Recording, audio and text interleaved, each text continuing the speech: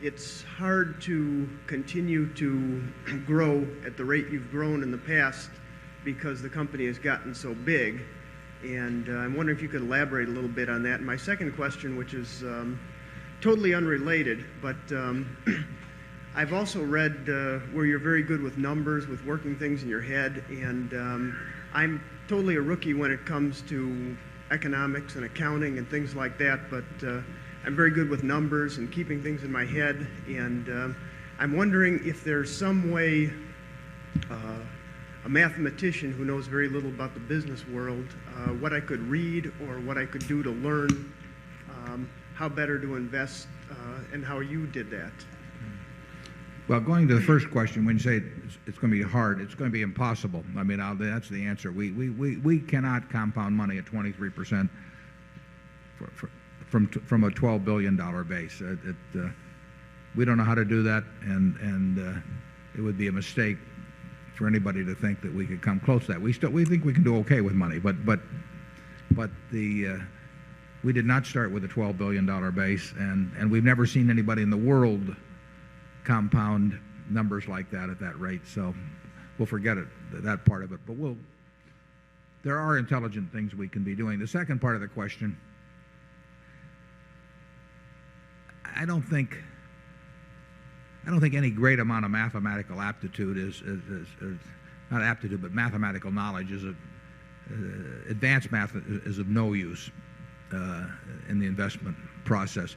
An understanding of mathematical relationships, sort of an ability to quantify a numeracy, as they call it, I think that's generally helpful in investments because it's something that tells you when things make sense or don't make sense, or sort of how an item in one area relates to something someplace else. But that doesn't really require any great mathematical ability. It really requires sort of a mathematical awareness and a numeracy, and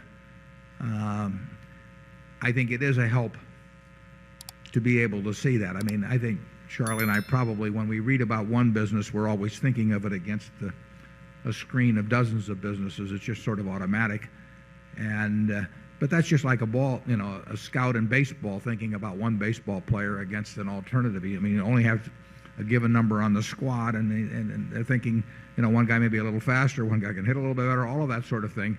And it's always in your mind you're prioritizing and selecting in some manner.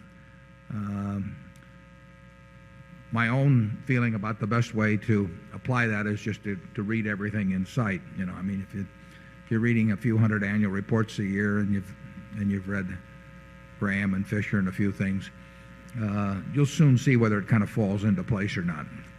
Charlie? Yeah.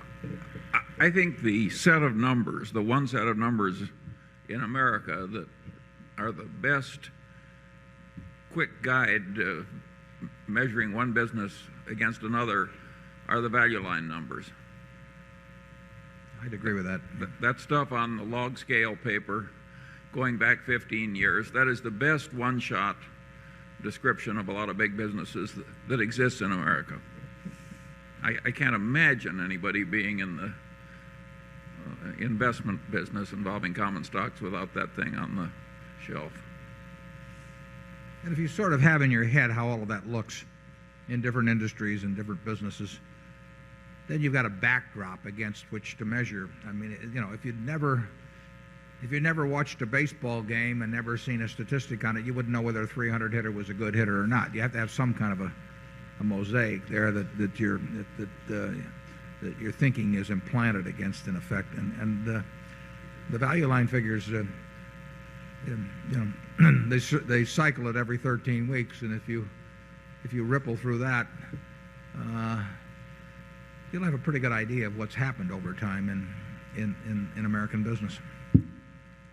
By the way, I pay no attention to their timeliness ratings or stock ratings. No, none of that means anything.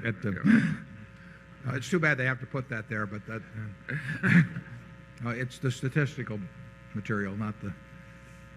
I would like to have that material going all the way back. They cut it off about, 15 years back? Yeah, but I saved the old ones. Yeah.